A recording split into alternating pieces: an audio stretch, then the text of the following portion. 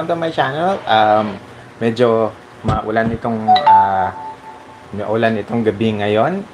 We are going live and we will be discussing a number of pageant updates or pageant topics, pageant issues in this live stream.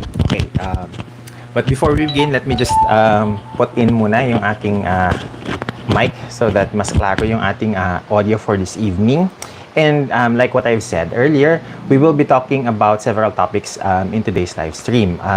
First, of course, is yung mainit na topic on the financial troubles of JKN Global and what's going on in that aspect. And then we need to be discussing about the need for Miss Universe or the Miss Universe organization and the pageant itself to find a very marketable and very commercial na winner for this year, simply because of the changes that we've seen over the past several months. And also we need to talk about what's the issue with Miss Universe Philippines being very much more active in posting about the Miss Philippines pageant rather than keeping us updated on what's going on with Michelle's preparations, her work, her charity work for Miss Universe. We're also gonna be discussing about the announcement that a Latin American country is going to host Miss Universe in 2024, and we're narrowing it down to around 5 countries that might be the candidates for hosting the pageant. And then also, if we have time a little bit later on, we will be tackling about several other mga smaller na mga updates on the pageant happenings itself. So before we begin, please, I do request everyone who's here to please give a like on our live stream, hit the thumbs up button so that more people will be able to join us in this evening, as well as I've posted doon sa ating chat box a poll, and in that poll I'm asking everyone to join and give your opinion on who among the 3 girls, Miss Puerto Rico, Cara Gilfu, Miss Thailand, Antonia Porcilde, and Miss India, Shweta Sharda, who among those 3 girls do you think is the best choice for Miss Universe as of this moment? And also, doon sa mga listahan ng mga ng mga options, there's also an option if you don't think any of those 3 are the best girls as of this moment. So there, medyo mahaba-haba itong usapan natin, but I will try to condense it as much as possible to within an hour na live stream. So let's begin. Unahin na muna natin yung mga comments. Jester PL is here. Siya yung unang dumating in our live stream in this evening. Sabi niya, magaganda ang mga topics natin for this evening. Mark Gonzalez is also here. He says, good evening, Sir Jason and fellow scripters. Present here, excited to hear the discussion around the different topics.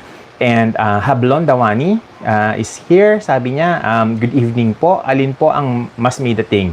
MUPh or MU Thailand?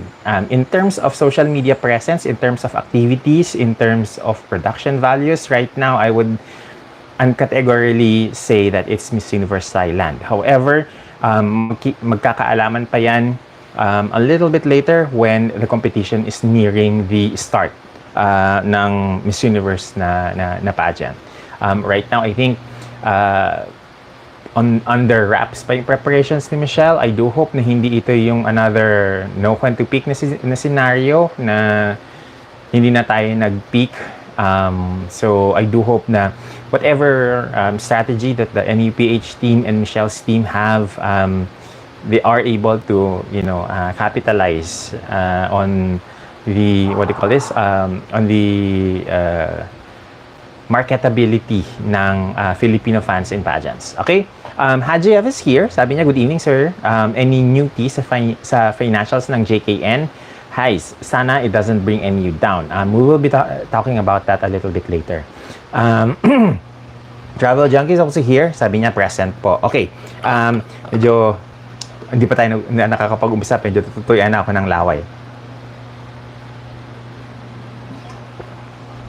Sorry about that. Let's unahin na muna natin yung financials because right, I'm sure everybody is aware of the Bangkok Post na report on JKN's financial troubles, yung JKN Global na group, and apparently yung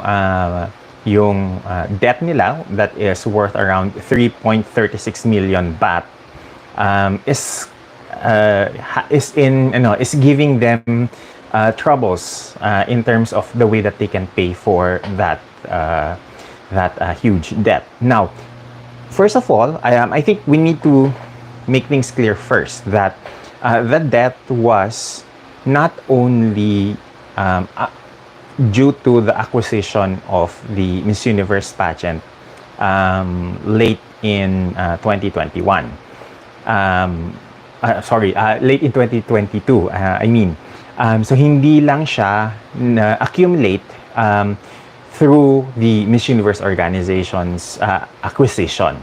Let's be clear on that. It means that the debt is probably an accumulation of other debts for financing, perhaps some of their businesses. Because JKN Global is not only on live, it's not only about the Miss Universe organization. They also have other interests, and they have also other businesses outside the realm of pageantry.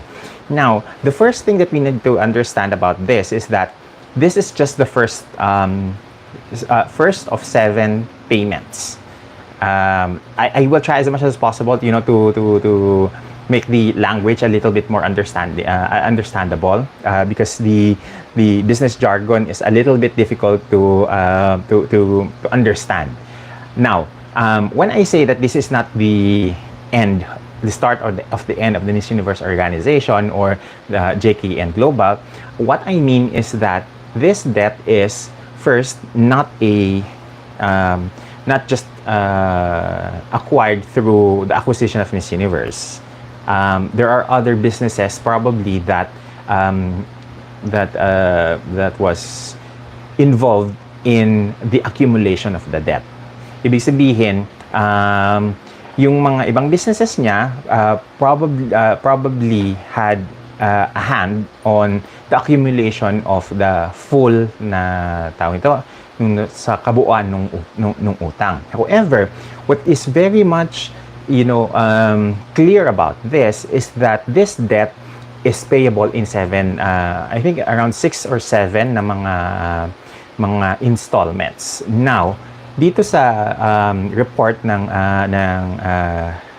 Bangkok Post, it only says that the first payment is the one that has issues in terms of liquidity. So, ibig sabihin nito, although may mga assets, may mga pag-aari yung buong JKN Global na conglomerate, hindi yun immediately transferable or hindi siya kaagad-agad na pwedeng gawing cash yung assets nila. So ibig sabihin nito, they have assets but they're not liquid to pay their debts. Ang ibig lang sabihin nito is that they can pay but they don't have the cash as of this moment. They have to liquidate some of their assets. They have to, get more cash from, for example, dun sa mga in return may pagkakautang sa kanila. That is why they're having difficulties in paying back. So ibig sabihin nito, hindi pa ito yung the death of the Miss Universe organization and JKN Global. What Kun An is doing is she is negotiating yung payments scheme.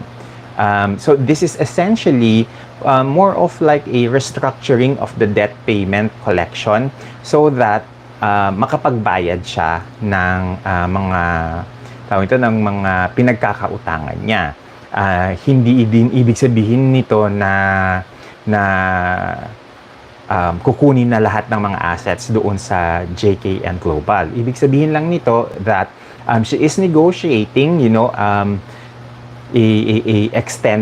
extended or an extension on the payment scheme, at magkakaroon siya definitely ng mga tawag nito ng mga late payment fees, ng mga tawag nito ng mga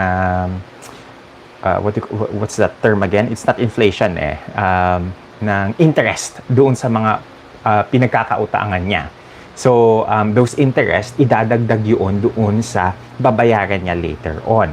Now, the reason why I am not yet very much worried about this is because I've watched a video, although it's in Thai, somebody translated the video from Thai to English, explaining yung paano i-resolba ni Kun An yung problema. So it means that she has a plan in order for her to be able to pay yung debt that is owed to their debtors. It probably might be coming from her own personal pocket. It probably might be coming from her personal assets, or she might want to let go of some assets that can be easily convertible to cash, so that she can use that cash as payment to dun sa mga pinagkakautangan niya. However, this does not mean that walang financial repercussions yung inability niya to pay as of this moment. Ngayon, from what I have read, is that there was a drop in her stocks, in the JKN Global stocks, by about 20 to 30%. And malaki yung drop na yon. So, ibig sabihin nito, people are selling their JKN Global stocks simply because of what is happening. Because they are fearful, perhaps, that pwedeng lumala itong problemang ito. That is also the reason why I am not panicking at this moment, dahil we have to look at the next several weeks, the next several months doon sa payment scheme nila. Kasi from what I know is that there is some payment due around September, October, and November. So dun pa lang natin makikita if ever na we need to panic, dahil kung wala siyang pambayad, doon ka magkakaroon ng worry on what is going on later doon sa buong kumpanya niya. So as of this moment, I don't think that there is a reason to be worried, but we need to be very cautious, and we need to be very observant of what's going on later on. Kasi umpisa pa lang ito. If sa mga susunod na mga buwan, magkaroon pa ng mga additional na problema, additional financial troubles, then that's when we start, ringing the alarm. Much like what we did with Endeavor. Initially, when we've read reports that they have been in the red for several years, as long as the Miss Universe organization in itself is profitable within those years, then walang problema. It only became on the red for the Miss Universe organization under Endeavor when it was during the pandemic, where live events have been affected by the global issue. So yun yung for now, the best thing that we can do is to observe. Kasi right now, we don't have all of the all of the strategies that Kun An is going to do in order for her to be able to solve this problem. But being a business person, I do think that she has the ability to solve this problem, simply because looking at the plans that she made for the Miss Universe organization, I am quite in agreement with the way that she's handling yung business aspect and yung merchandising aspect ng brand. You see that meron siyang mga tie-ups to sell bags and and apparel with the Miss Universe, with the Miss Universe logo in it. She also has the Miss Universe drinks na was launched, and the cosmetics, not cosmetic lines, the beauty and skincare line that is in partnership with our own Olivia Quido. Now, ibig sabihin nito, she has, very sharp business acumen, but because these, products have just been launched earlier this year, hindi pa natin nakikitaan yan na gumugulong siya in terms of money making. So we need to be very patient on that. It also means that Kun An would probably need to be able to find other avenues where she can get more cash in or more cash flow in order to use that cash flow as payments. So in that sense, I think that there is plans under Kun An to do much better in terms of how to package the Miss Universe brand and make revenues possible for the with the Miss Universe brand through these products, but it would probably take time before it can actually break even, before these businesses under the Miss Universe brand breaks even. So as of this moment, hindi pa natin sila maaasahan as possible regular, cash flow na incoming into our organization.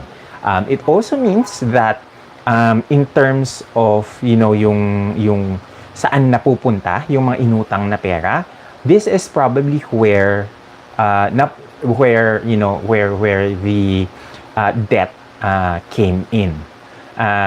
Of course, you need capital in order for you to produce your products, your apparels, your bags, your skincare line. So because of that, you probably need, to shell out money, and in order for you to, to start a business, start a new skincare line, and partnership with, other companies for travel, for products.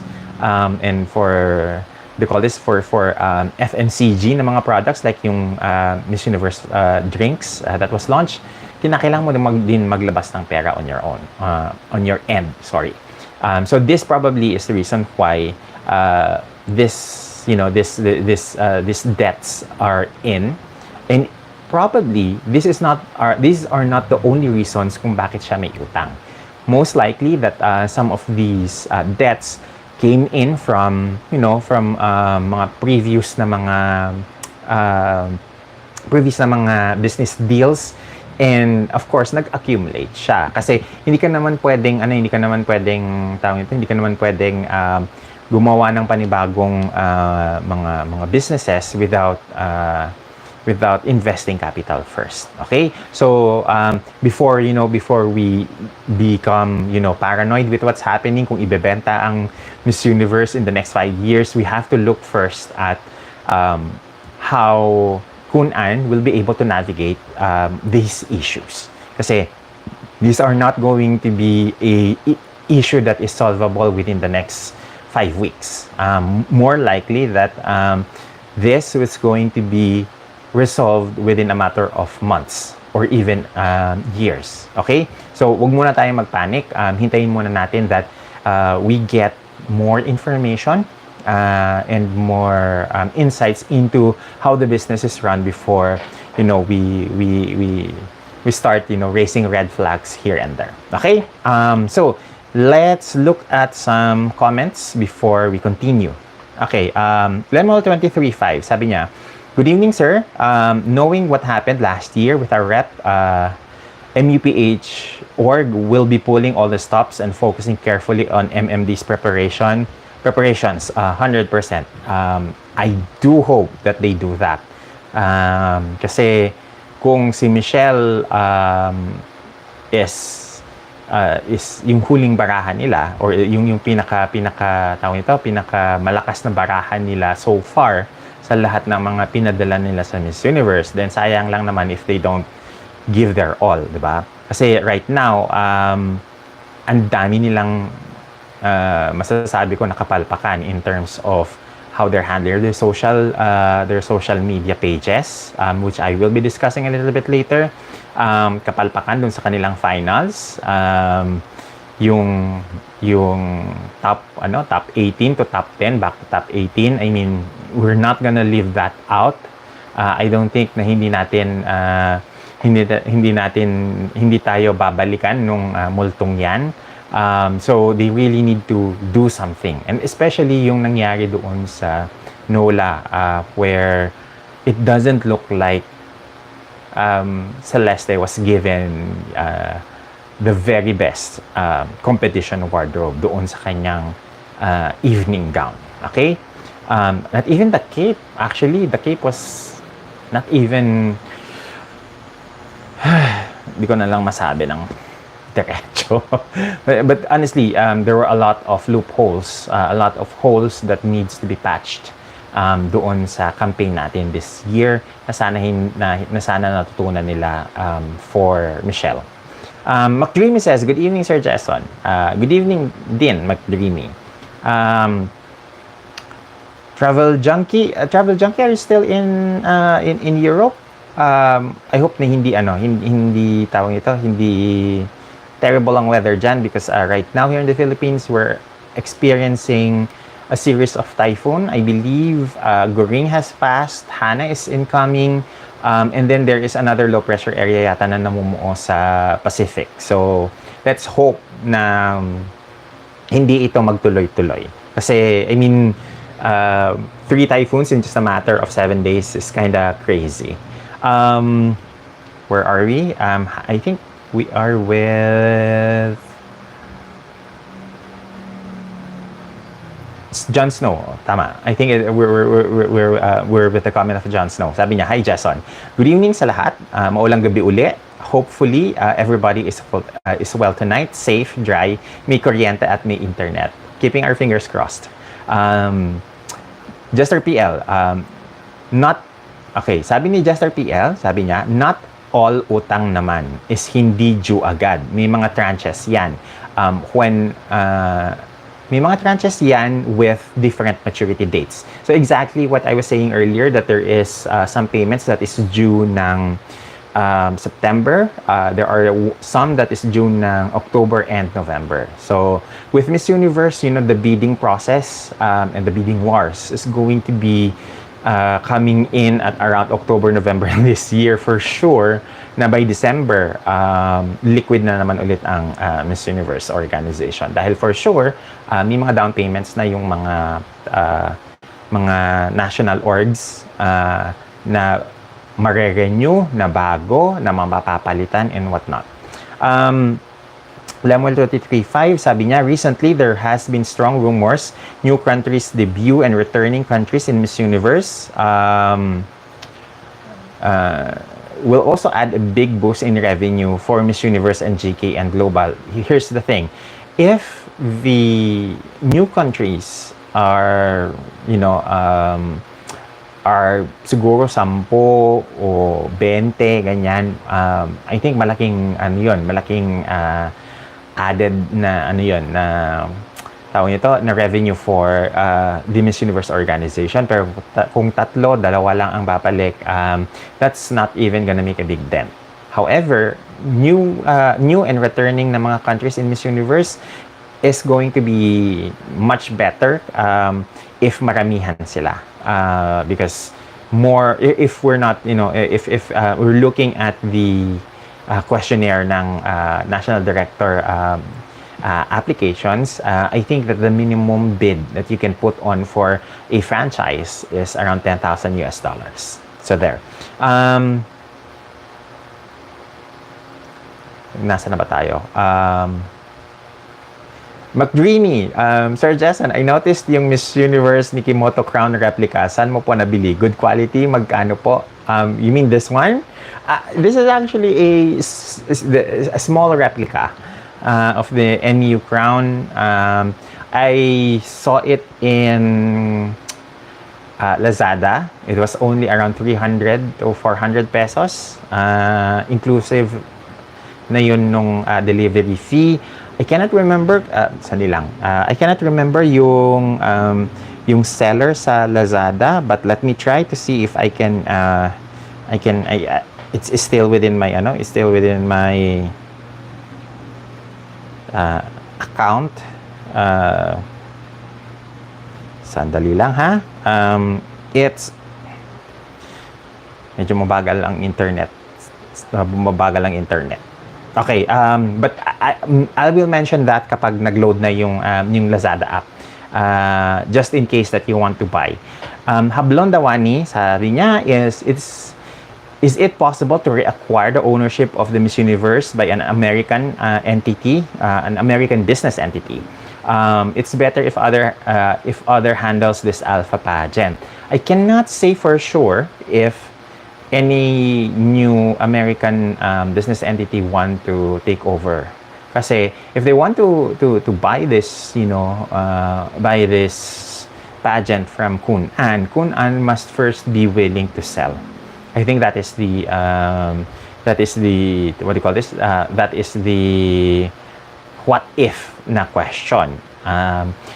If ever that she wants to sell, then mas malaki ang bentahe niya for this brand because she has started to add on additional businesses into the Miss Universe brand. Ngayon, hindi lang siya about having the pageant, hosted, having the pageant have national directors to pay revenues for franchise fees, but also there is, products and mga merchandise that is included into the brand that is going to pad up the value of the pageant. Okay? For Tita, sabi niya, the cape was done too effortless or uninspired. I kind of agree. Yun yung nangyari doon sa cape ni Celeste. If you look at the capes of other candidates, especially the ones that who made top 10, top 16, ganyan, ang gaganda ng mga capes nila, and you really look forward to see them in these capes because you know that there is effort that was spent on these capes. The recent news about sana ba yun? Lemon 235, sabi niya, the recent news about JKN financial situation, some headline write-ups were made to make look JKN like they can't handle finances. When Kun An can actually manage her own business finances. Okay. For Tita, sabi niya, for me, a key to success is to let MMD do what she wants. And I agree, she needs to be able to dictate how her pageant journey is going to fall into place. Kinakailangan she takes leadership on that. Sabi ni Michael Cordoves, nakahabol ako, Sir Jessan. So, nice na tawag nito. That's a nice thing to see, to hear. At least hindi patapos na nung makarating ka. Okay, Ping says, magandang gabi. Magandang gabi din sa'yo, Ping. I hope you're safe and dry. Sabi ni Haji F, know when to pick ulit strategy ng MUPh. My advice to Anne naman, know when to pay. Easier said than done because there are a lot of factors that needs to be considered when it comes to payments. Dahil unang-una nga, you may have all the assets but you're not liquid. Ibig sabihin, you don't have the cash at hand. So, I think yun yung isa sa mga magiging areas that you need to consider. Okay, John Snow 79, sabi niya, hirap kasi bumaba din stocks and shares value ng JKN Holdings because of the debentures. Pag bonds kasi, kailangan bayaran yung creditors on time. May interest na yon plus another interest with late fee. Exactly why she really needs to make sure that she manages yung payments in a manner that hindi siya mas lalong mapapalubog sa tawag nito sa utang. So she really needs to to play her cards right because yung ano yung tranches niya is there is still like around 6 or 5 na mga tranches that she really needs to pay. Dominic Martin Mission says, hi Sir Jason, good evening. Finally able to catch you live. Watching from Perth, Australia. Ingat kayo dyan sa Pilipinas. Hello, and I think it's good afternoon there in Perth, if I'm not mistaken. Leona Magdalona, sabi niya, attendance. Good evening, Sir Jason. Welcome to the live. Michael Cordoves, may tanong siya. Totoo ba yung chichi na lumabas si Gerson na required mag-Spanish sa Miss Universe? Wait lang. Medyo nalito ako. Okay, basahin ko ulit. Totoo ba yung chichi na lumalabas, Sir Jason, na required mag-Spanish sa Miss Universe 2024? Not necessarily. They cannot impose that dahil hindi naman lahat tayo, lahat ng mga tao ito, mga pageant franchises all over the world have Spanish, teachers available to them with the snap of a finger. I think she was just being funny nung sinabi niya yon because there is a rumor that Miss Universe 2024 is going to happen on a Latin American soil. So, since nandun na tayo sa tawag nito, sa issue na yan, sa topic na yan, let's now discuss doon sa MU 2024 if it's going to happen in a Latin American country. Now, with JKN essentially splookering the splook, we can now narrow down actually the 5 countries that possibly will host the Miss Universe na pageant. Of course, nandiyan ang Brazil. Brazil has 2 Miss Universe winners, same as Colombia na 2. Is it possible that Brazil is going to host another edition of Miss Universe after they hosted in 2011? It is possible. Pwedeng silang mag-host because they have been able to host, large international sporting and live, entertainment events. They hosted, the Olympics before. They've hosted Miss Universe before. So hindi malayo that Brazil is one of the countries na pwedeng pagdausan ng Miss Universe. Colombia is another country that has been floated around. However, I haven't heard anything that is much concrete or has roots in terms of the hosting for Miss Universe in Colombia. Other countries that is being talked about is Puerto Rico, Venezuela, and what's the other one? Puerto Rico, Venezuela, and maalala ko yung isa. So let's focus muna doon sa dalawang yon, because right now sa lahat ng mga countries na matunog at maingay yung discussion on hosting the Miss Universe, isa sa mga tinitignan is actually Venezuela. Venezuela has 7 Miss Universe winners. They are one of the countries na marami yung mga winners nila, kaya they definitely fit into the bill na they could possibly be hosting Miss Universe. However, I am not very much convinced with that, because Venezuela is still under a political they still have some political issues to figure out. It's not yet as stable economically as well, because as you know naman, in the previous in several years nagkaroon ng issue sila on inflation. However, if the pageant is going to be sponsored by the government, then there is a possibility na it can push through, because right now alam naman natin that mga private na mga mga companies are still figuring their way out into the very high inflation na problem that the country has been subjected to. So, hindi basta-basta yung decision that it will be held in a pageant crazy country like Venezuela. Although we would love, for it to be hosted in Venezuela for the first time.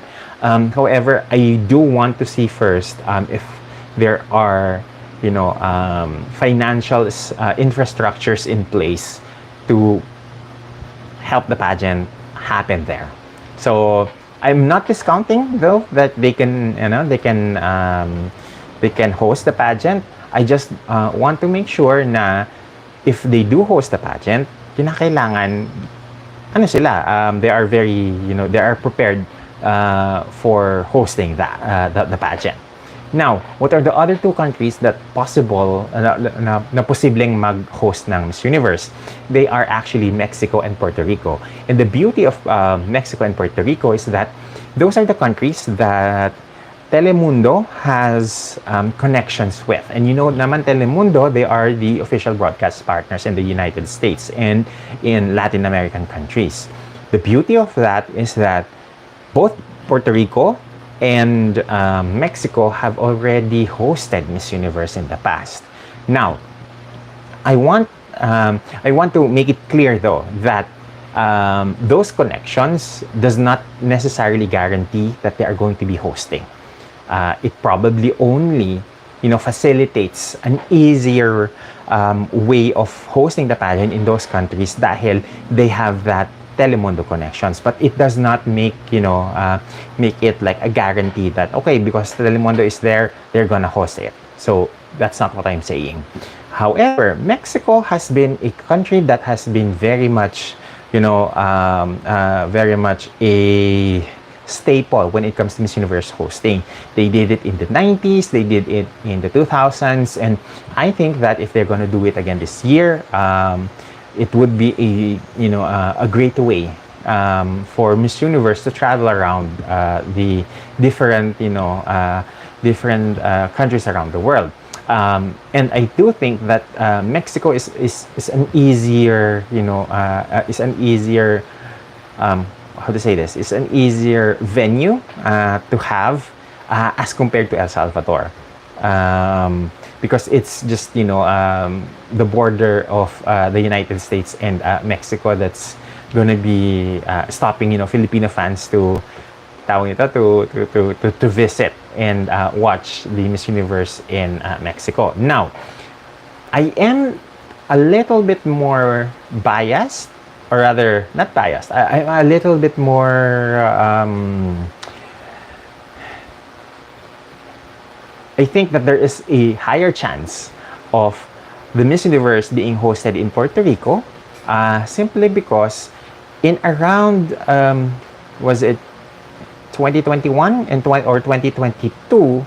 I think it was the latter part of 2021, earlier part of 2022, that the governor of Puerto Rico mentioned that they have plans of bringing the Miss Universe pageant back to Puerto Rico in around 2024, 2025.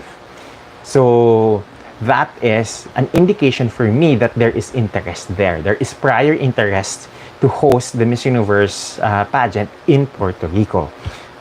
I think that it is much more feasible to have it hosted in Puerto Rico rather than it being hosted in other countries like Venezuela or Mexico or even Colombia and Brazil, simply because we already had news from before that there is interest there. There is communications that was happening in terms of having the pageant be brought again to Puerto Rico. Plus the fact that in the early 2000s, Puerto Rico hosted the pageant back to back. So there is infrastructure there. There is also fan base there. There is a lot of interest that can bring not only tourism but revenues, not only to the pageant itself, but to the possible hosting in that American territory. if everybody's not yet informed, Puerto Rico is actually a American territory where essentially Puerto Ricans have easy access to migrate vice versa to the US and to Puerto Rico. So I think I am not 100% well read in this matter, but there is because Puerto Rico is an American territory, I think that mas madali yung easing over of negotiations of building the necessary talks and infrastructure in Puerto Rico to host the pageant, especially that the pageant has American roots. So there, among the 5 countries that I've mentioned, I am most likely to believe that Puerto Rico will be the host. If we are going to go by the clues na ang host ng Miss Universe 2024 is a country that has more than one Miss Universe winner. So Puerto Rico has, I think, 5 winners. So hindi nakakapagtaka that they might be hosting Miss Universe in the coming year. Okay? So, before we continue yung sa ating pa-live stream, bago tayo tumawid ulit sa comments, please join in the poll doon sa poll natin on who do you think is the best choice as of this moment, among Puerto Rico, Thailand, and India for the Miss Universe title.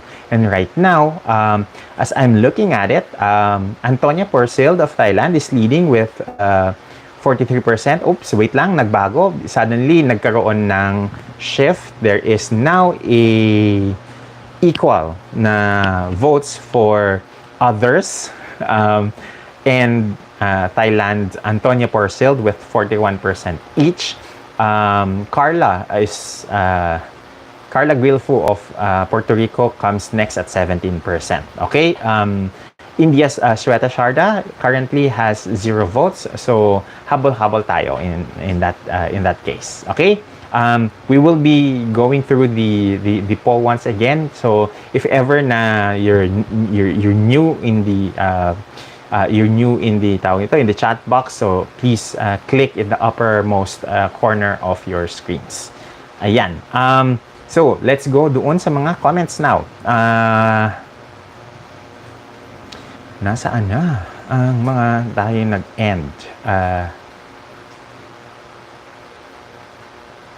Okay, so we ended up with yung comment ni Michael Cordoves. Now, sabi ni Fortita says, also, saw the video of Pia Works back na she is confused with the Miss Philippines. Ha ha ha. Ako din, I'm kind of confused because, let's face it, why is it that the Miss Universe organization, the Miss Universe Philippines organization is posting about the Miss Philippines na pageant? Hindi ba sinabi na before ni Kun An na ayaw niya na may sumasaw-saw sa pageant niya? So why are they doing this?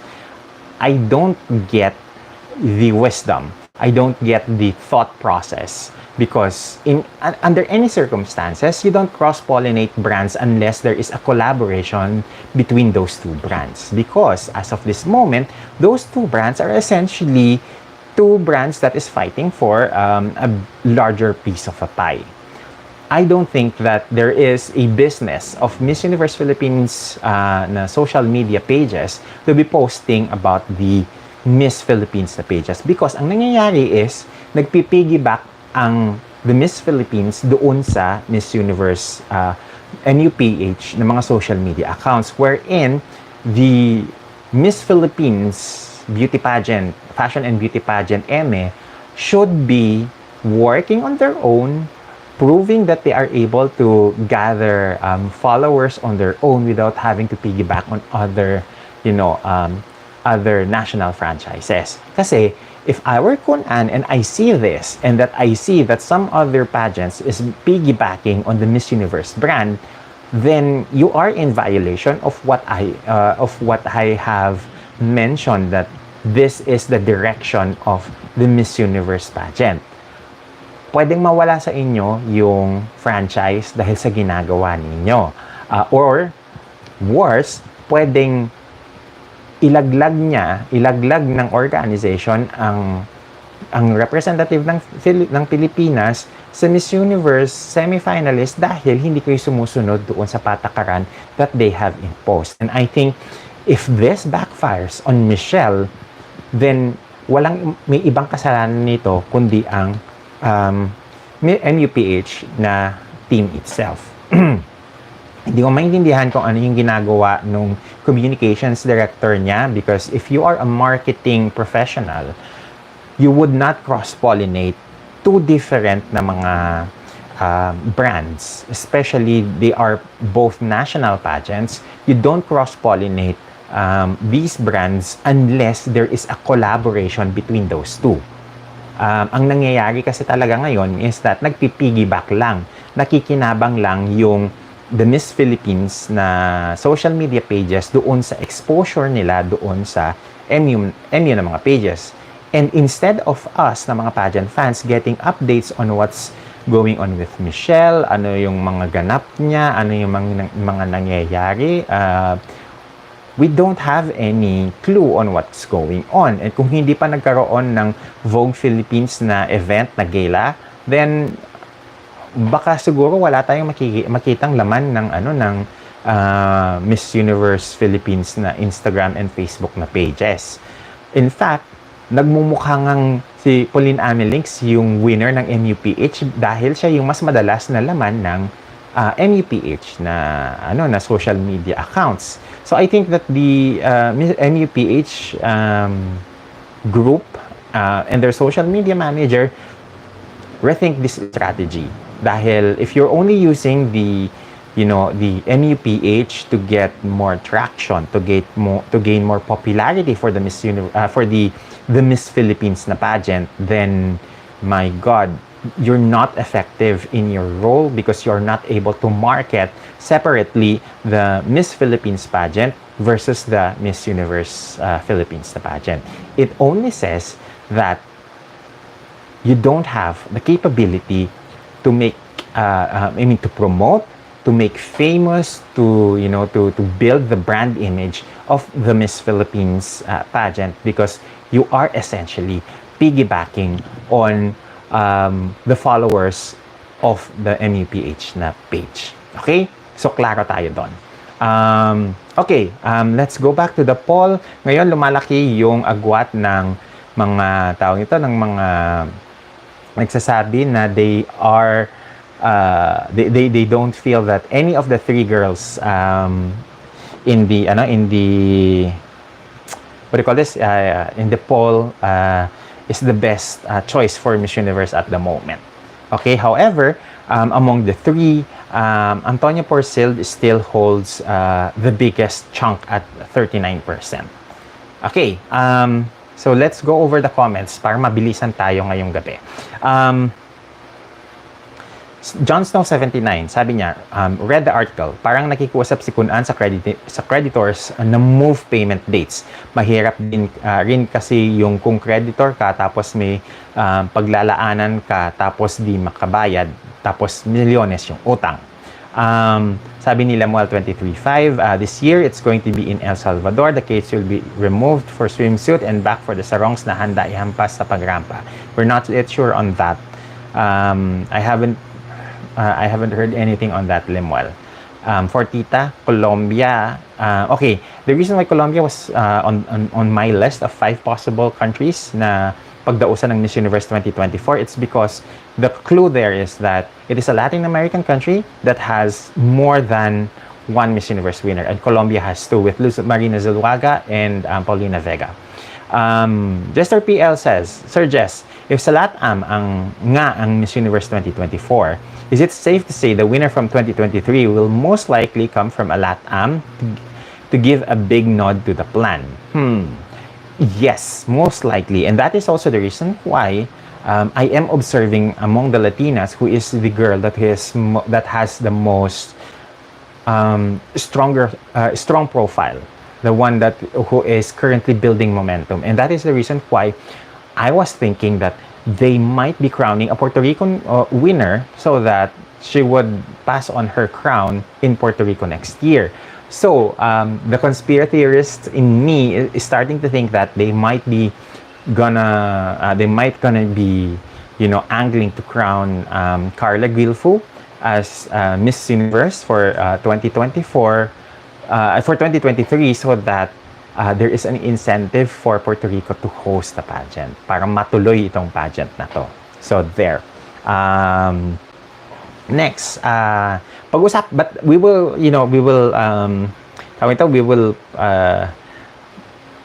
discuss that a little bit later in full length. I just want to read some more comments para hindi tayo na pupunaan ng comments. Okay. Ping says, ano kaya ang pwedeng mangyari kung hindi kinuha ni Kun An ang MUO? Mas mapapabuti ba ang MUO knowing IMG era pa lang problemado ng ang org? That's the reason why I think that between IMG and between Endeavor and Kun An, if you have an owner that is passionate about the brand, passionate about the company, or passionate about the possibilities of what she can do with the Miss Universe brand, I would rather have that with Kun An rather than with Endeavor. Na si Ari Emanuel is pretty much more concerned about the other, other parts of his businesses, because Endeavor is divided into like 3 major departments. You have the live na mga entertainment as one, and then you have talent management on another, and then you have I forgot the third arm, but there are 3 arms under Endeavor. So kumaga parang napakaliit lang na cog in the wheel ng buong Endeavor ang Miss Universe organization, to the fact that when push comes to shove, it's one of those companies na madali nilang ibinenta just so that the entire Endeavor can stay afloat. Now, what does that mean? It means that it is just one of the many businesses under the entire Endeavor na conglomerate ang Miss Universe na pageant. And this is why right now, in terms of the interest of the owner, which is Kun An, on the Miss Universe na pageant, nakikita ko na there is a larger, or rather there is a bigger interest na parang mas invested si Kun An as compared to yung previous na owners. In fact, I think that mas nakikitaan ko ng game plan, long-term plans for the Miss Universe brand itong si Kun An as compared to the Miss Universe org under Endeavor. Although I do like the fact that we had won numerous na titles under the Endeavor na era. However, if I'm going to look at it from a business perspective, mas nakikitaan ko na there is a long-term,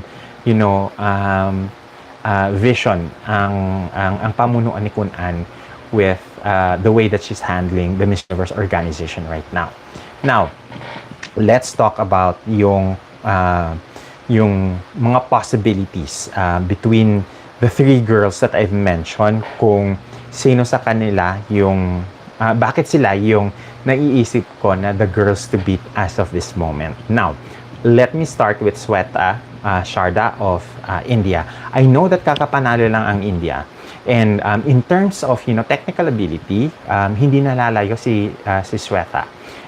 She is, very fluid on stage. Nakita ko yung kanyang performance, technical performance doon sa sa Liva Miss Diva, and I think that she carries herself well on stage. She has a very strong stage presence, and I think that is the reason why she won over my personal favorite, who was Sonal Cucreja, who was relegated to the Miss Supranational India na title. And I think that, looking at Shweta right now, who stands, I believe, at 5'11", 5'11" inches tall. She has very good body proportions, and she speaks very well. So, hindi siya nalalayo doon sa level ni na Harnaz na kayang makipagbardagulan when it comes to, the microphone. And we all know that if 60% of the preliminary scores of the Miss Universe candidates come from the interviews, we do have like an advantage with Shweta, knowing that she can be, an easy pick to make semis. And knowing that she has the technical skills, madali lang sa kanya yung mag-top 5 later on. Now, on that end, I also want to discuss another girl na has, very, very, good pasarela skills. And I think ito yung contention ng maraming Filipino fans because it is easy for them to dismiss Antonia simply because she already won Miss Supranational. I think the reason why a lot of Filipino fans are, up at arms with Antonia being on the list, it's because it plays on our insecurities. Kasi nakikitaan natin na the Thai girls have the best in terms of, exposure, in terms of wardrobes, in terms of prices, in terms of, yung mga napapanulunan nila. And we don't get that with our national winner. And nakitaan naman natin na may sariling town car si Antonia whenever she has, to call this, she has public appearances at parati siyang kasama ni Kun Puy. And I think, if we don't have that inggit na mentality, makikitaan natin that with no bias at all, that Antonia has the technical skills, can interview, although the delivery needs to be, there's still a need to, polish the delivery. But in terms of yung content, in terms of yung interviews ni Antonia when she is not on stage, when she is being conversational, very succinct and very intelligent yung kanyang mga points when she delivers, answers on questions that is not on-stage questions. So it means that when it comes to the interviews, I don't think Antonia is going to have a difficulty in the MU preliminaries. More likely that she is guaranteed a spot in the semifinalists, and knowing that it's going to be technical skill that's going to be judged for the swimsuit and the evening gown na rounds, she could easily make top 5. However, making top 3 or winning the title, that's a different, question altogether. She really needs to learn how to be comfortable and how to, to speak well when it comes to on-stage questions. That is an area that she needs to work on. Kumbaga, yun yung assignment niya. And I think that as Filipinos, we need to recognize a threat and not be biased by our personal, insecurities and jealousies with regards to the organization or with regards to, other countries' ability to upstage us. Kaya nga, we need to be honest when we do our SWOT analysis. Kasi the more that we keep on, dismissing other girls because nakitaan natin siya ng isang maliit na flaw at pinapalaki natin yung flaw na yon, at iniisip natin na there is no way na kaya niyang ayusin yung mga areas na yon, that is, us disservice to ourselves. Kasi the only way for us to move forward, to be competitive, is to be honest with ourselves whenever we are confronted with a pageant girl or a representative or a candidate that could rival our own. Because if we keep on, dismissing everyone because we already had 4 Miss Universe, so kaya nating ulitin ulit. That is the same mentality, that's the same mindset that made us complacent, that will make us complacent rather. And when we are complacent and we rest on the past laurels that we have, we're gonna lose. We're gonna we're gonna be left behind. And I think that is one of the reasons why a lot of Filipino pageant fans are not looking at, are not being smart about, because they think that just because we had victories in the past, it's easy to replicate those. No, that's not the case. We really need to be competitive. We really need to be on our toes every time. Dahil you would not, you cannot always rely on past victories to boost your chances of winning again this year. Dapat natuto na tayo dun sa nangyari kay Celeste. Dapat natuto na tayo dun sa nangyari dun sa mga previous na mga Miss Universe editions where we barely made top 10. Starting with Gazini in 2019 nung kino-manage ng BPCI at ng MUPh yung career niya until Rabia, until Bea, until Celeste. I think we really need to be mindful that the trend is not, we're not making easy top 10 on a regular basis, or we're not easy making top 5 like in 2010 until 2015. We barely scratch, making top 10, making top 5. And dun sa pamunuan ngayon, the highest placement that we've ever got is a top 5 placement. So we really need to, wake up, smell the roses for what it is, and smell the crap that is being fed to us, and, decide for ourselves, how are we going to move forward and learn from past experiences. Now, when it comes to the 3 girls, I think that the girl that has the biggest chance of winning this year is actually Carla Guilfou. And this is for several reasons. One is that she is not tied up with the Miss Supranational na brand, being a first runner-up. There is not much of an emotional baggage if she wins Miss Universe, because she does not carry with her the Miss Supranational na title. She was only first runner-up in Miss Supranational in, I believe, 2019. So, in that case, she does not have the same, pressure and emotional baggage as that of Antonia, who was Miss Supranational during her year. I also think that if Miss Universe is going to happen in Puerto Rico, that is an advantage for her, because it would be great that a Puerto Rican would win and crown her successor in Puerto Rican soil. That is an opportunity that is afforded a few. Margie Moran, Denise Quiñones are just a few of those girls na masasabi natin that have been guaranteed that kind of treatment. Of course, Pia Wurtzbach as well. So I think that among the 3 girls, the most likely peaking at the right moment as of this moment is Carla Guilfou, because she's busy with her, press tour. She still has that new victory scent attached to her.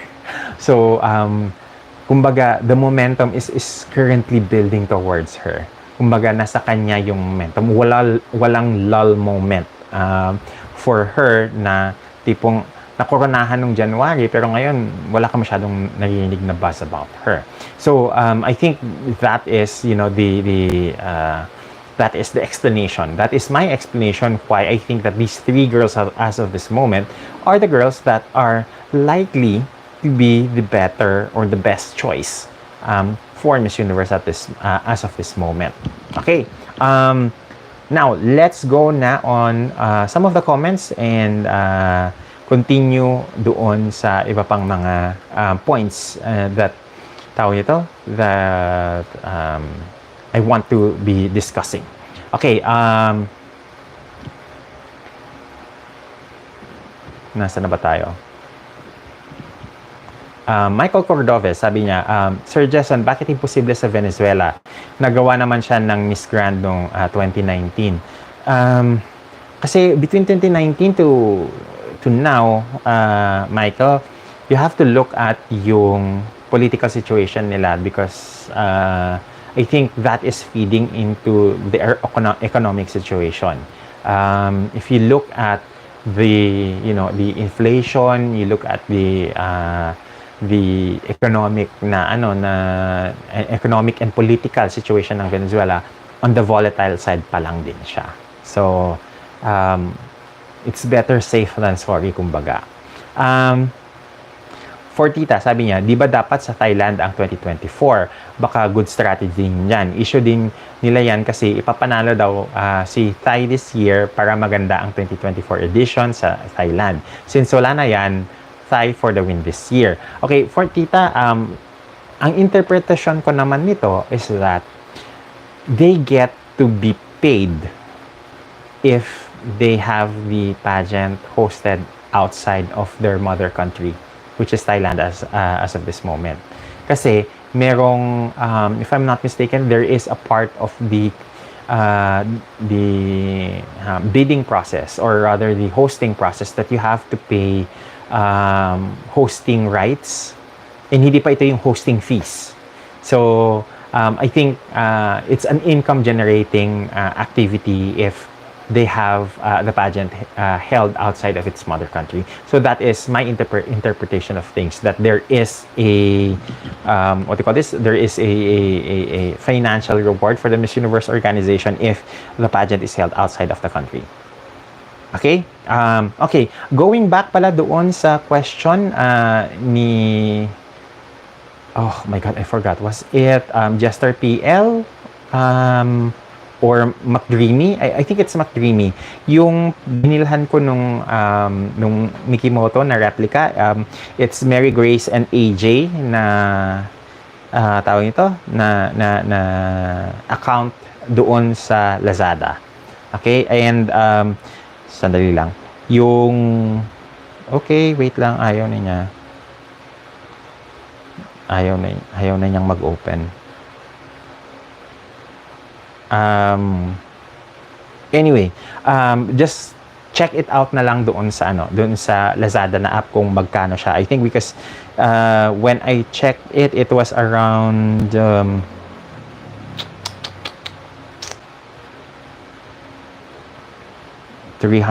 to 400 yung price. Okay, so let's move on. Nasaan na ba to?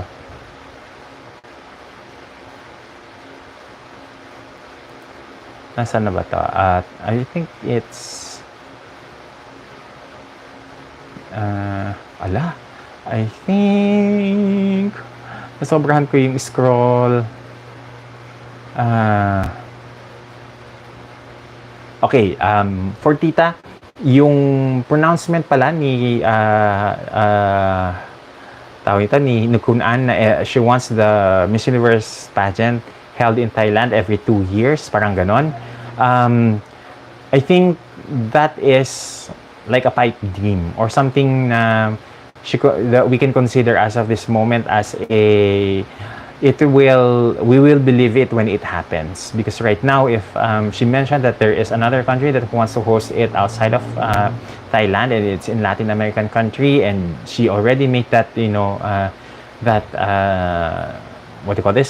that publicly, then I don't think na Thailand will host next year. Okay, Lemuel 23.5, Puerto Rico is the least one I can see hosting, especially with what the government experienced with Miss World scandal the previous year and the mismanaged COVID scare. But you have to understand, Lemuel, bukas na ang mundo ngayon, wala nang pandemic. So, I don't think that the people who will be hosting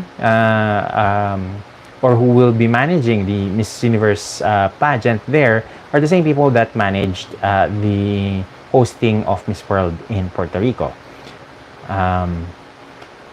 Tapos sabi ni Fortita, tapos Puerto Rico, uli nanalo sa Puerto Rico. Deja vu. John Snow 79, hindi maganda experience nila sa Mexico. Uminit ulo nila pag di sila nakakapasok. Kawawa ang contestant, lalo na si Miss USA, laging nabubu. Asar talo. I kinda agree kasi nangyari na yan in 1991, nangyari na rin yan nung with Rachel Smith, if I'm not mistaken. So, medyo ano nga, medyo pikon pag hindi sila nananalo ang Mexico.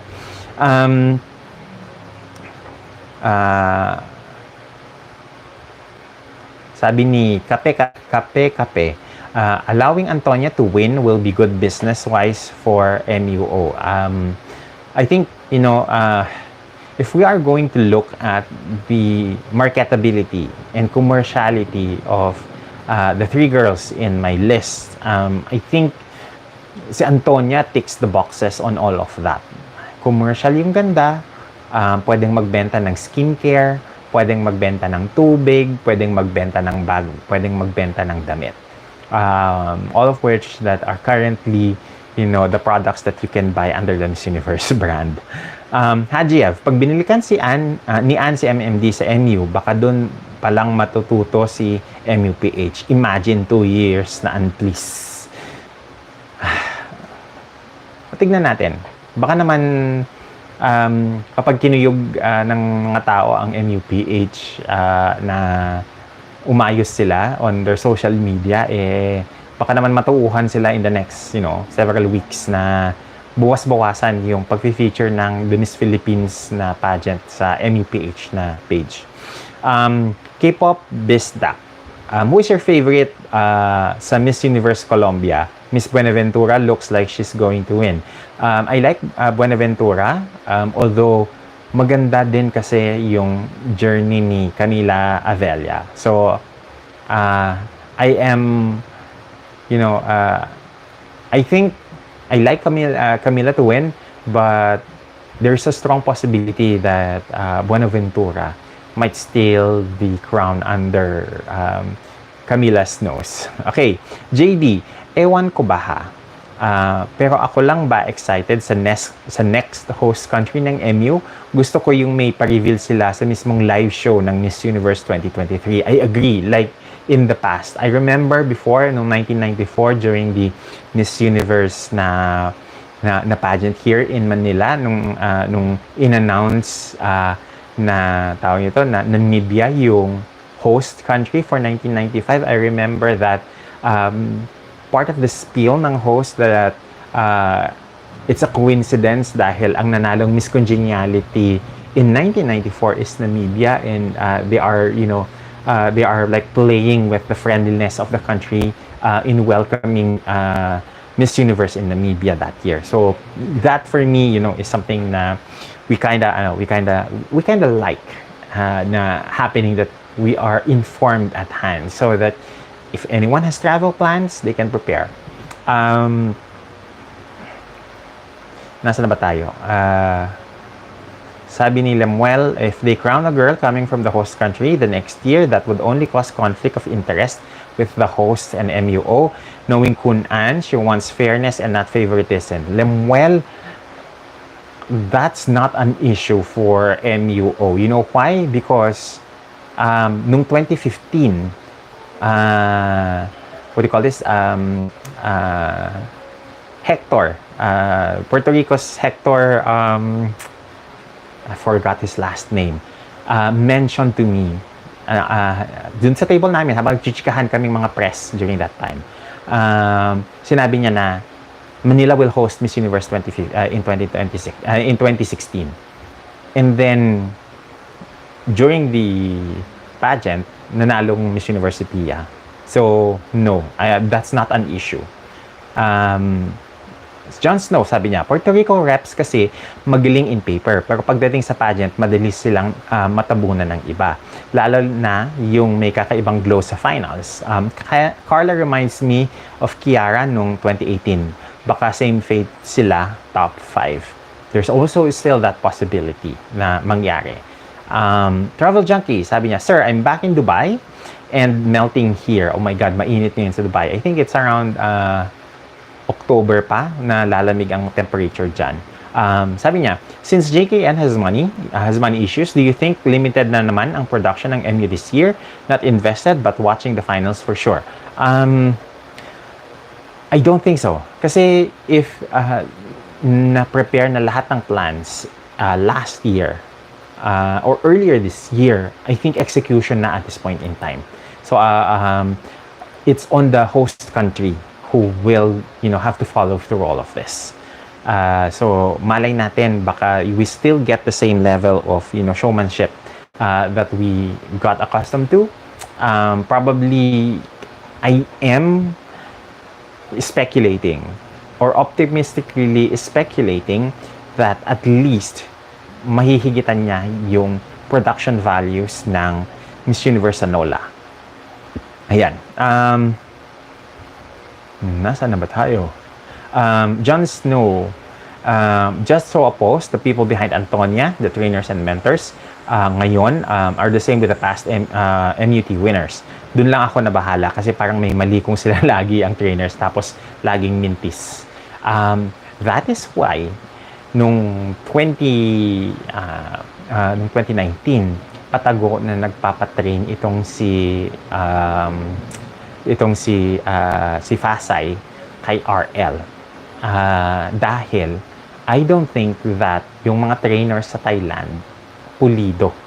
Kaya tingnan nyo naman after si Fasay, nung si Amanda, nung si Ann, si Amanda, Angeli, si Ann, sila yung sumabak and they are trained by yung mga MUT na mga trainers. Di ba nga, or halos like top 10 lang yung kaya nilang ma-achieve. Kasi nga, iba pa din yung kayod ng Pinoy trainers. So, it's not that I am saying that, there is a different, the Filipino trainers are, are mas maala. I just think that Filipino trainers, when you hire them to train girls, they put not only passion and dedication there, but they put their hearts as well when they're training these girls. And that is also why, the results speak for themselves. And iba mag-alaga. There's a different kind of care that Filipino trainers give to their wards. Win or lose, they are there 100% backing these girls. And there is a sense of family. There's a sense of attachment, familial attachment to the girls. Whenever these trainers train pageant girls, whether they are Filipinos or they're foreigners. So I think that is what makes Filipino trainers excellent in my opinion. Tapos dagdag ni Jon Snow, parang may training manual nga daw. Saan ba yun? Posible na same lang sila ng training manual. Baka ulitin lang nila dating formula, pasabog sa outfit, mga paora, effect, eme. Nakita na natin na yun. Tapos ending, lalagpak sila sa huli. Usually sa interview portion. Sabi nga ni Albert Einstein, the definition of insanity is doing the same thing over and over and expecting different results. Jon Snow, kinda agree na parang templated masyado yung kanilang training program for their MUT winners. There is no individuality there. And that is probably the reason why if you're going to look at, the pageant campaigns of Amanda to right now, Anne. And I'm hoping na hindi siya ganun kahon kay Antonia, is that there is like a template that sinusundan. And hindi siya yung template na nagbabago based on the personality of the girls. And that is the reason why I think Filipino trainers are much better at this, because they learn who the girl is, her personality, her quirks, and work from there. And it's not just as if that this is the box, you have to fit into the box.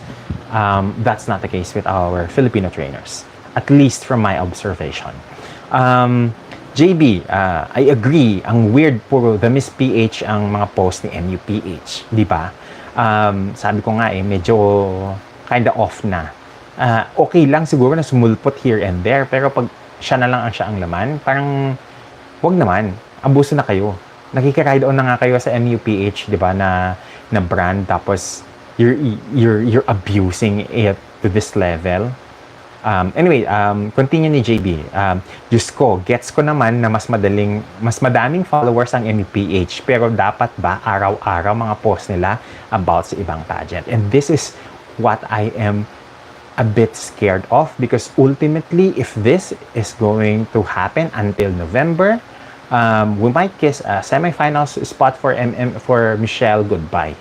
Dahil sabi nga ni Kunan, ayaw niya ayaw nang may kahati. Kung Miss Universe lang. Okay? Dorothy V. Jones is here. Sabi niya, have you seen the new MU venue? Ang Gimnasio Nacional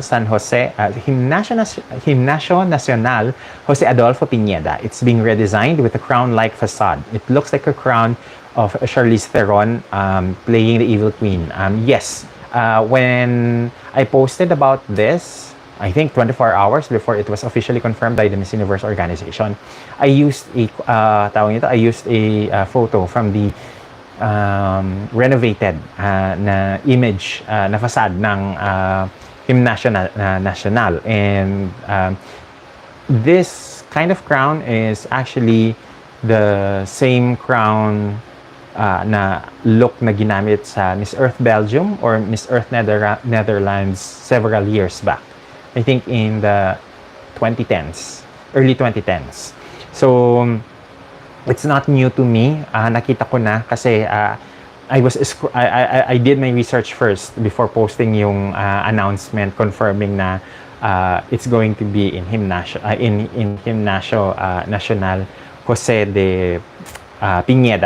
Adolfo Pineda yung venue. Gira Bago, sabi niya, a Puerto Rican blogger said that their country has no infrastructure or money to host a Miss World pageant due to economic reasons. I don't think they have improved dramatically. Gira Bago, that is because ang Miss World was funded by the private sector. Again, if the governor of Puerto Rico back then was saying na they want Miss Universe to be hosted in the country, then it is safe to say that there is government backing if ever madala nga ang Miss Universe sa Puerto Rico. That is also why doon sa announcement video ng Miss Universe in El Salvador, it is actually the President Bukele of El Salvador who made the announcement, because we all know now that it has the backing of the government. Kasi mas madaling gumalaw kapag everything is backed by the government. Okay? Sabi ni Lemuel, tanong niya, do you think there's a high possibility na in the end it could be Brazil serving as host for 2024 since MUO is bringing nostalgia with the hosts tapos they are returning to the same venue in 2011? Ayoko muna sa Brazil, to be honest. Maiba naman, 'di ba? Why not Puerto Rico? Why not Venezuela or Colombia? Pero yun na nga, looking at the optics, parang I'm more likely to believe that it's going to be in Puerto Rico. Saldi Salen, good evening Sir Jason. Sabi niya, suggest ko lang, tabihan mo ng replica ng iconic chandelier crown ang replica ng Mickey Moto crown mo. Imposing ang Sarah Coventry crown. Okay, Saldi, heto ang kwento niyang ng crown na yan. I was actually looking for a replica of the chandelier crown. Wala akong mahanap. To be honest, I've tried Lazada and Shopee, and yung mga nahahanap ko, it looks like hindi reputable yung pinanggagalingan.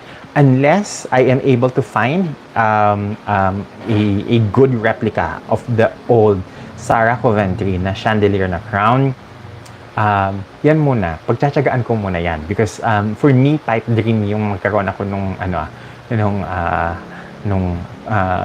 what do you call this? Nung version nung Sarah Coventry na crown. That is my goal talaga, ultimately, to have a replica of that crown. Kasi yun yung kinalakan ko. That is the crown that I grew up with, that I am emotionally attached to. Although, aesthetic-wise, I think Mickey Moto is the most aesthetic na Miss Universe crown that they ever had. But for me, I really want to have the Sarah Coventry crown. So, somewhere in the future, Saldi, mangyayari yan. I will make that happen. But thank you though. I do like the idea that you have. na pagtabihin silang dalawa. Because I think for me, if there is two most iconic na mga crowns ng Miss Universe, it would be the Sarah Coventry crown and the Mikimoto crown. Okay? Hajiev, by the way po, was there any updates on the org formerly known as MUID and allegations against people from there? Parang I don't see much news about this lately. Okay, in terms of the developments on that, Hajiev, they're still doing some, what do you call this? Investigations. Hindi pa tapos ang investigations because from what last I've heard and read about was that suddenly missing yung CCTV doon sa hotel where the body checking happened. So unless they are able to get that footage, it's going to be a long drawn out process to prove yung allegations. However, I seen a video of Mutia Rahman saying that expressing her support to the victims of sexual abuse, sexual harassment, mga co-candidates niya. She said that it did not personally happen to her. However, she is more inclined to believe that her friends who experienced those are being truthful and honest with what they experienced. So that means that her support is with the victims. And I think that's a part of the conversation that I think the MUID winner, Fabian, should have taken into light. Na should have expressed support dun sa mga victims. Ayan. Saan na ba tayo? Okay. Sabi ni Fortita, Sir, don't forget na pati Mr. Pilipinas Worldwide na sa MUPh na din. I'm aware. Kaya nga nakakaloka, di ba? Na parang kung ano-ano na lang na pageant ang pinopromote ng MUPh na page, di ba? Parang wala kayong mailaman sa social media pages ninyo. I mean, ako na pageant admin, I would say na sa dami ng pageants na nangyayari simultaneously ngayon, nahihirapan akong pumili kung ano yung ipopost ko sa feed ko. But sa inyo with MUPh, parang ang dali-dali ng trabaho ninyo because the only thing that you can that you should be worrying about is how to create content for your brand and for your winner. So parang ang hirap-hirap ng gawin ng trabaho nila, 'di ba? Na parang wala kayong ibang mailaman sa pages ninyo kundi male pageants na wala namang connect doon sa MUPh or other pageants na wala namang kinalaman doon sa pageant system ng Miss Universe Philippines. And this is probably why, there are, from what I hear,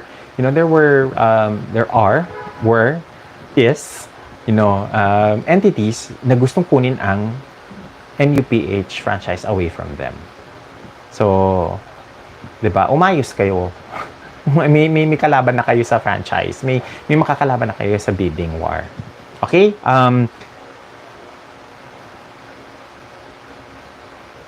Nasaan na ba tayo? Sabi ni Fortita, totally off topic. BBP girls getting cream silk promo packs. May balikan ba? I have no idea. But I think if cream silk is moving back to Binibining Pilipinas, it's probably because either natapos na yung kanilang contract with the other pageant, and that they are more free or they are freer to make elbow na let's have a collab with BPCI and their winners. So there. Saldi Salen, sabi niya, wait lang, si JB muna. Sorry, Saldi. Unahin natin si JP. Mukhang matagal-tagal pa ang MUPh franchise sa Empire kasi may mga pa-regional APs na sila. Ha ha ha ha ha. Sabi ni Saldi Salen, I see. Yes, you're right. Thanks. Yun din yung crown na naging aware ako sa Miss Universe pageant. Di ba? It's the Sarah Coventry talaga that kinalakihan ng majority of the millennial na pageant fans. Sabi ni JB, di ko gets kung bakit pwede ang married and with child sa the Miss PH. Hindi naman pwede sa Supra at Charm yun. I don't know. Maybe may balak silang magtayo ng sarili nilang international pageant. Who knows? Jester PL, SOCMED manager of MUPh must be fired. Okay. Line spread. Bakit allowed yung married women sa the Miss Philippines pageant? Di naman allowed married women sa Supra or Miss Charm or even sa Miss World na rumored na sa kanila na yung franchise. I have no idea. I have no explanation as well. I have no explanation as well kung bakit ang MUPh nagpo-post about, you know, these unrelated pageants on their platform wherein they should have just focused on Michelle and her preparations for Miss Universe, her activities as their winner, her charitable work kung meron man, her events, covering her events. Dapat yun yung laman ng ng MUPh na page. They should get, you know, the strategy of the MUT, the Miss Universe Thailand, na anything that is related to their winner, related to their winners, activities of their winners, yun yung pinopost nila sa kanilang page. Isang event lang ng kanilang winners, ang dami nilang nagagawang post on their, you know, their winners, from their runners up to the actual winner. So I kinda do not understand why MUPh cannot do that for Michelle. Ayun. Saldi Salen, parang something is fishy sa MUPh, hindi kaya? Are they veering away from MU and they're making it slowly? Just asking. I cannot comment on that, although I have some speculations. I have some idea of what's happening outside of the MUPh na org na mas may kinalaman sa MU. Pero hindi ko pwede munang ipagsabi sa ngayon because I think mas maganda kung sa MUO na mismo manggaling. So in that sense, siguro wag niyo muna akong tanungin, ayoko munang mag-splok. If ever magkita-kita na lang tayo sa ating na session on IG and on our blog site, if ever na maisipan ko na isulat kung ano yung nalalaman ko. However, there are information that,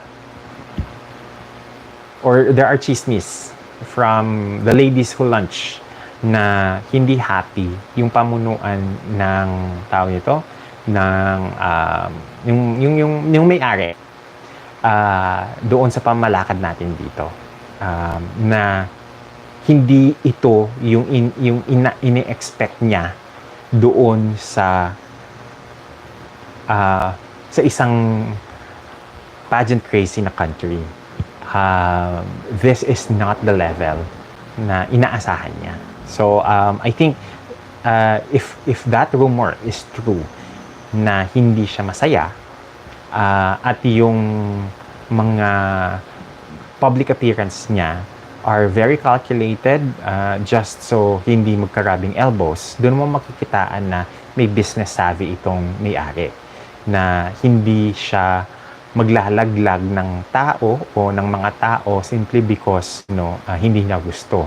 Ultimately, kaya niyang makipagkalakaran sa mga taong ito na hindi naman necessarily nakakasundo niya kung paano pinapalakad yung organisasyon, or paano ano yung resulta ng pamamalakad ng current na organization. So if the rumors that I've been hearing are true, then magkakaalaman yan later on. However, as JB pointed out na meron pa silang mga APs na dumadagdag, then that's good on them. Kasi ultimately naman, I think yung may-ari, kung fulfill mo yung financial obligations mo sa kanya, doon sa kumpanya niya, doon sa pagbabayad ng prangkisa, then walang magiging issue. So there, read na lang between the lines. Nasaan na? Where are we? Sabi ni Fortita, baka kasi wala nag-a-apply sa Dennis PHL para madami ang magpasa. I think there probably is truth in there, but malay natin kung ano ba talaga ang nangyayari because they are very mum. And knowing the people behind the organization, importante sa kanila yung optics. Kaya syempre, ang ipapakita is always the good and, you know, the fabulous. Hindi pinapakita yung the ugly side and the not so good side. Okay, Dory TV Jones is commenting, I find it slow for MUPh and Michelle to be creating social media content around negative comments and her bashers. It's a backward sort of campaign. I kind of agree. There are a lot of other avenues where their energies could have gone to, diba? JB says, I have a feeling na mahihirapan si Jay kay MD kasi si ate may sariling team tapos may sariling designer pa siya. Alam natin na org o sila mismo ang last decision, diba?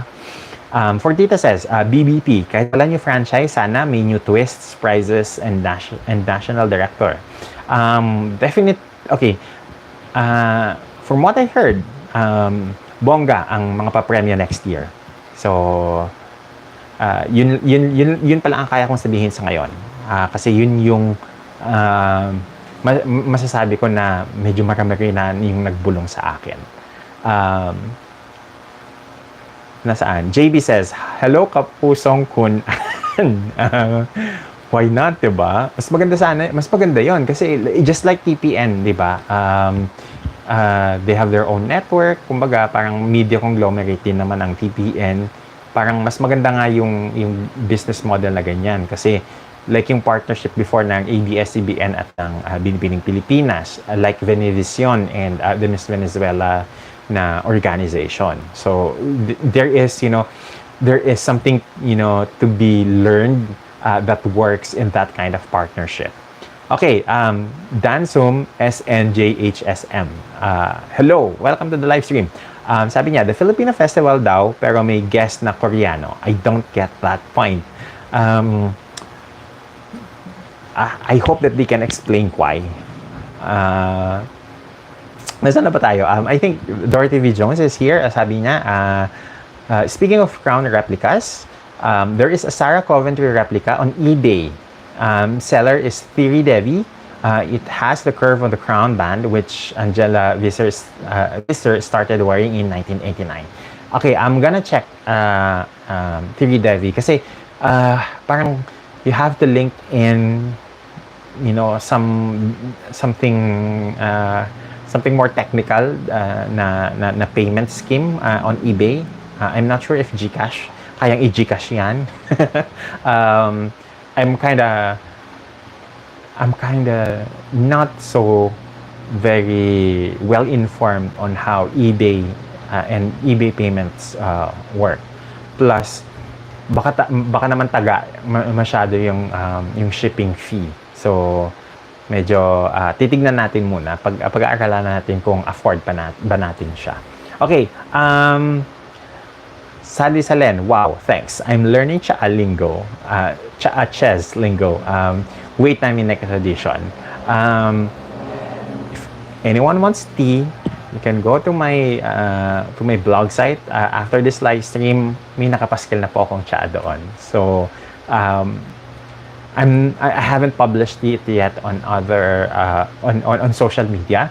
Doon pa lang siya nakapublish sa website. But for those na nasa live ngayon, that's my treat to you. You will be the first to be able to read yung patsaan natin if you just go to my website later on. Okay? Ayan. I think overall we've discussed pretty much everything doon sa ating topics. I just want to on the final note, to mention that it was mentioned on a CNN, I believe, na interview with Kun An that she's hoping to have, different and a new franchise holder to hold the Miss Universe Indonesia na license in 2024 after yung nangyari nga with, MUID this year. So, I think with her network, kaya niyang maghanap ng magiging tao nito, magiging ng sasalo doon sa franchise. But for this year, hindi niya pwedeng i-alok sa iba because she currently has, I think, a personal na relationship doon sa national director. So, yon. Sabi ni 14, currently reading the tea. Ayan, so hush-hush ka muna. Tayo-tayo lang munang nakakaalam yan. Now, I think we've pretty much discussed everything that we want to discuss in this live stream. Hindi tayo nagkaroon ng issue on Wi-Fi, on the internet connection. So, that's good. Ultimately, I think for this year, if I'm going to wrap everything up in our live stream this evening, is that if we are going to look at something that we need to look at for a possible winner in this Miss Universe this year, what we need to look at is someone who's commercial, someone who is marketable, someone who can sell products. I think ultimately kasi yan yung magiging advantage ng magiging winner over the other girls in the competition. Dahil if you are able to reach across different and wide markets, importante na may charisma ka, importante na may puso ka sa tao, importante that you are relatable, that you are warm, that people navigate towards you. I think that is something that we should be looking at a potential Miss Universe winner, especially with what's happening with the financial troubles of JKN Global. So we really need to push for a Miss Universe winner that can sell products, and especially with the direction that the Miss Universe brand is moving towards when it comes to consumer goods, when it comes to building the Miss Universe brand. Really need to take to consideration yung ability to sell, and that is the reason why for me as of this moment I have India, Thailand, and Puerto Rico in my list. Of course, this is not yet a final list. It can still change. Again, okay, so sorry about that. I jumped the gun. So, as I was saying, because of the direction, the trajectory of where the Miss Universe organization is moving towards too, I think that we have to start looking for a commercial winner. And this is something that we have to accept at this point, because right now, Pageant has continuously evolving to become more of a business na transaction. Hindi lang siya for entertainment ngayon. Meron na siyang much dreaded na economic component when it comes to selecting the winner. So it's important that we still, have to put that in mind whenever we are looking at a potential winner. This is also the reason why Catriona is, one of the best examples when it comes to, to selecting a possible Miss Universe winner, because the difference between Catriona and with Pia when they won was that hinintay ng mga maraming Filipino na mga brands na matapos yung reign ni Pia bago siya binigyan ng mga endorsement deals, bago sila lumapit sa kanya for endorsement deals. However, with Catriona, while she is still Miss Universe, lumapit ang Samsung, lumapit ang Jollibee, lumapit ang mga kumpanya sa Miss Universe so that Catriona will have the opportunity, to be brand ambassadors of these brands.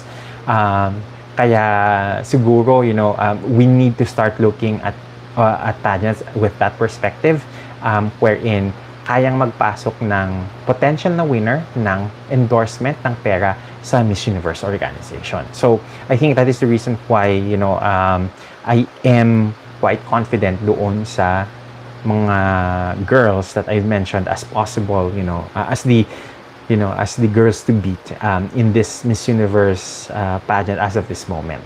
I do hope that in the future, in the next several weeks, when we see the Mexicana Universal Winner crowned, when we see the Miss Universe Colombia and Dominican Republic crowned, kapag nalaman na natin kung sino yung representative ng Vietnam, and makoronahan ang Miss USA, we have a bigger idea, a bigger picture of the Miss Universe competition this year. So yun.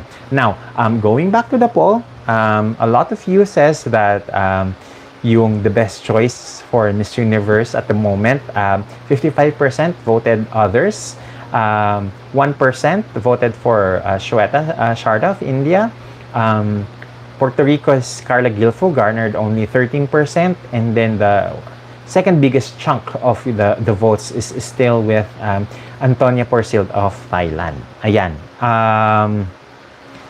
Okay, so final comments before we wrap up our live stream.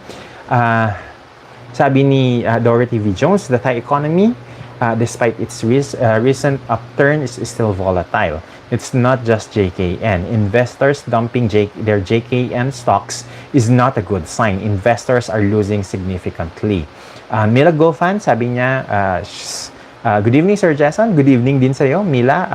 Welcome and welcome to the chat room. I do hope na you came in here earlier. If not, you can always replay the conversation later on when the live stream ends.